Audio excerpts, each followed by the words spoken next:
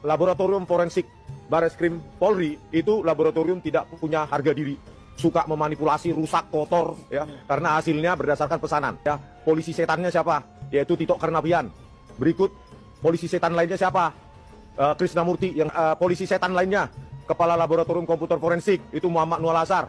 Ya, pantas saja menurut Indeks Mundi kepolisian Indonesia menjadi kepolisian terkotor, terkorup se-Asia Tenggara.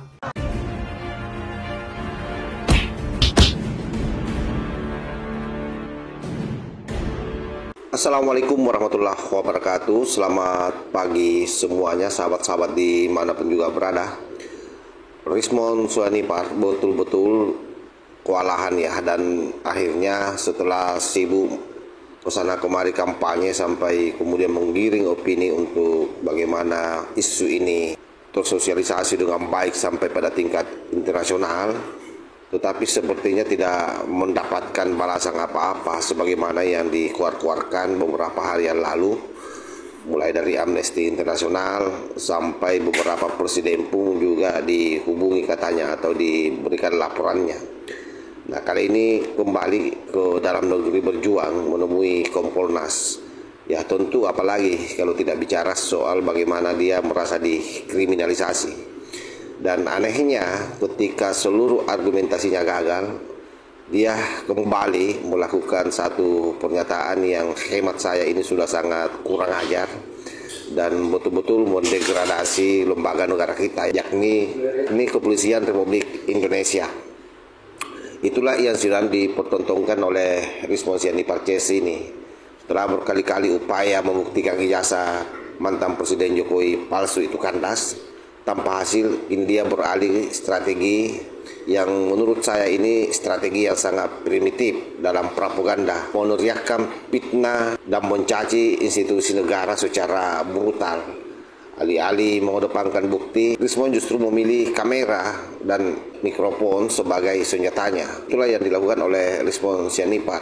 Jadi pada prinsipnya memang mereka tidak dalam posisi mencerahkan publik, tapi untuk menyeret mereka masuk ke dalam kubangan kebencian yang ia bangun sendiri. Dalam video terbarunya, ia menuduh Tito Karnavian sebagai polisi setan dan menyebut Polri sebagai polisi paling korup di dunia.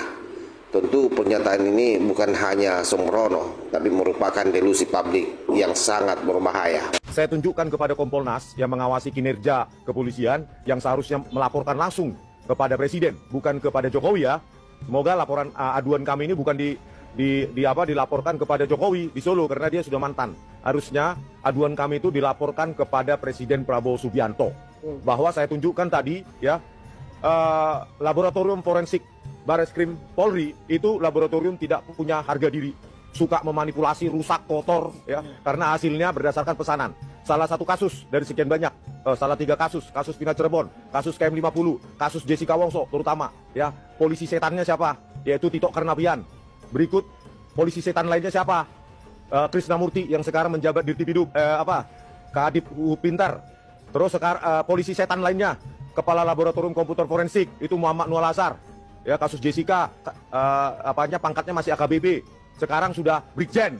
Itu loh, polisi setan kok malah kita bayar pakai uang pajak. Harusnya kan Pak Prabowo Subianto ketiga polisi setan itu ya di Nusa Kambangan. Gitu loh. Ya.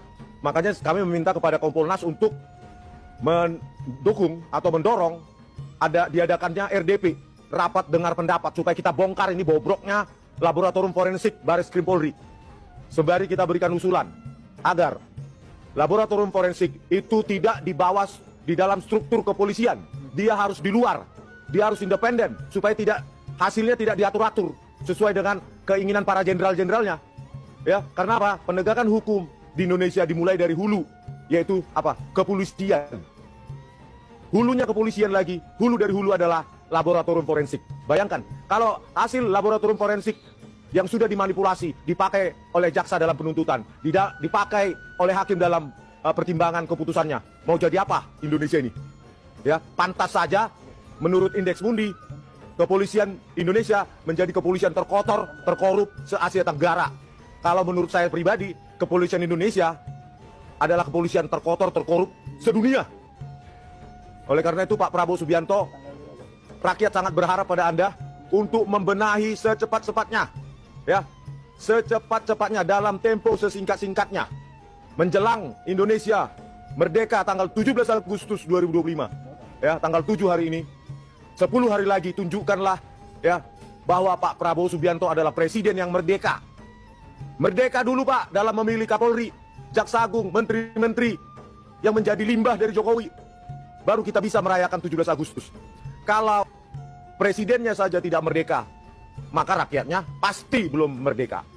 Oleh begitu aja, terima kasih. Kita sudah melihat videonya secara bersama-sama. Coba kita lihat frasa yang dimainkan oleh Rizmon Sianipar. Pertama, dia mengatakan bahwa polisi setan. Padahal menurut hemat saya itu hanyalah simbol bahwa dia sudah frustasi karena tidak mampu membuktikan seluruh tuduhannya. Menyematkan label polisi setan kepada Tito Karnavian dan 2 polisi lainnya tanpa dasar hukum yang jelas. Ini jelas serangan personal yang tidak mencerminkan etika publik apapun. Artinya ini bukan kritik yang sifatnya konstruktif, tetapi ini adalah frase reaksi dari seorang yang kalah secara data, kalah secara logika, dan kalah secara moral alias panik. Yang kedua, ketika dia melabelkan bahwa polisi Indonesia ini adalah polisi paling korup di dunia, bagi saya ini adalah merupakan klaim yang sifatnya sangat irasional dan ahistoris. Karena jika benar Rizmon adalah aktivis akademik, ia pasti tahu bahwa klaim internasional tentang tingkat korupsi Polri tidak pernah menempatkan Indonesia sebagai paling buruk di dunia. Bahkan TI atau Transparansi Internasional pun memiliki metodologi yang jelas.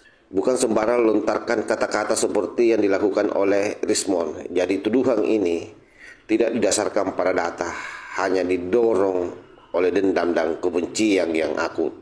Nah, tentu yang menjadi pertanyaan sangat kritis buat kita semua, apa sih sebenarnya motif orang ini semua? Jelas-jelas menggiring opini publik untuk membenci negara dan tidak percaya pada hukum demi membenarkan narasi palsu yang mereka bawa selama ini, bahwa ijazah Pak Jokowi palsu. Tapi justru dengan cara seperti ini, publik bisa melihat siapa sebenarnya yang bertindak subversif dan berbahaya bagi bangsa ini. Sehingga dari awal saya selalu mengatakan bahwa sesungguhnya sasaran ijazah palsu ini bukanlah sasaran yang asli buat mereka. Yang dia mau rontokkan sebenarnya adalah institusi negara. Yang dia mau hancurkan sebenarnya adalah dasar negara kita. Karena sekali lagi orang-orang yang ada di belakangnya ini adalah mereka pada para diretang, tokoh-tokoh ex-HTI dan ex-FPI. Sehingga yang dimainkan Rizmon hari ini itu sesungguhnya adalah logika yang terbalik. Yang salah merasa paling benar. Nah, seperti itulah Rizmon hari ini. Orang yang merasa suaranya tidak didengar, kadang memang berteriak sekencang mungkin, tapi volume tidak bisa membuat sebuah argumen menjadi valid. Yang dilakukan Rizmon adalah upaya terakhir untuk tetap relevan dalam pusaran isu yang sudah lama terbukti tak berdasar. Artinya begini, Rizmon ingin melakukan kapitalisasi kebohongan secara terus-menerus, sehingga kemudian rakyat merasa yakin apa yang Rizmon katakan. Dalam posisi ini, dia berharap rakyat ini ragu terus dengan ijazah Pak Jokowi. Tetapi targetnya bukan itu, sahabat ya. Sekali lagi, targetnya bukan itu. Targetnya adalah model legitimasi seluruh lembaga-lembaga negara, terutama institusi hukum kita. Jadi sesungguhnya Rizmon Sianipar bukan lagi sebagai orang yang tampil sebagai peneliti. Dia telah bermetamorfosis menjadi provokator politik yang tidak tahu batas etika dan hukum. Narasinya sudah sangat kurang ajar, tidak lahir dari niat tulus membela kebenaran, tapi dari kerakusan yang menumbangkan legitimasi negara dengan menjual kebencian ke publik. Sehingga yang dia lakukan, karena gagal membuktikan seluruh kata-katanya itu, yang dia sudah terlanjur lontarkan ke publik, maka yang dia lakukan adalah menyerang personal. Dan jika tidak bisa menyangga bukti, maka yang dilakukan adalah delegitimasi institusi. Begitulah skema klasik dari mereka yang kehabisan akal, seperti yang kini dipertontonkan Rizmon Sianipar CS. Tapi tentu rakyat Indonesia semakin cerdas dengan ulah mereka. Mereka sudah tahu membedakan mana kritik dan mana fitnah, tahu membedakan suara rakyat dengan jeritan kebencian. Dan di tengah itu semua, satu hal yang pasti, bahwa kebenaran tidak akan tumbang hanya karena diteriaki oleh kebohongan sekelas Rismon Sianipar CS ini. Wallahul muwaffiq ila aqwamit thoriq. Wassalamualaikum warahmatullahi wabarakatuh.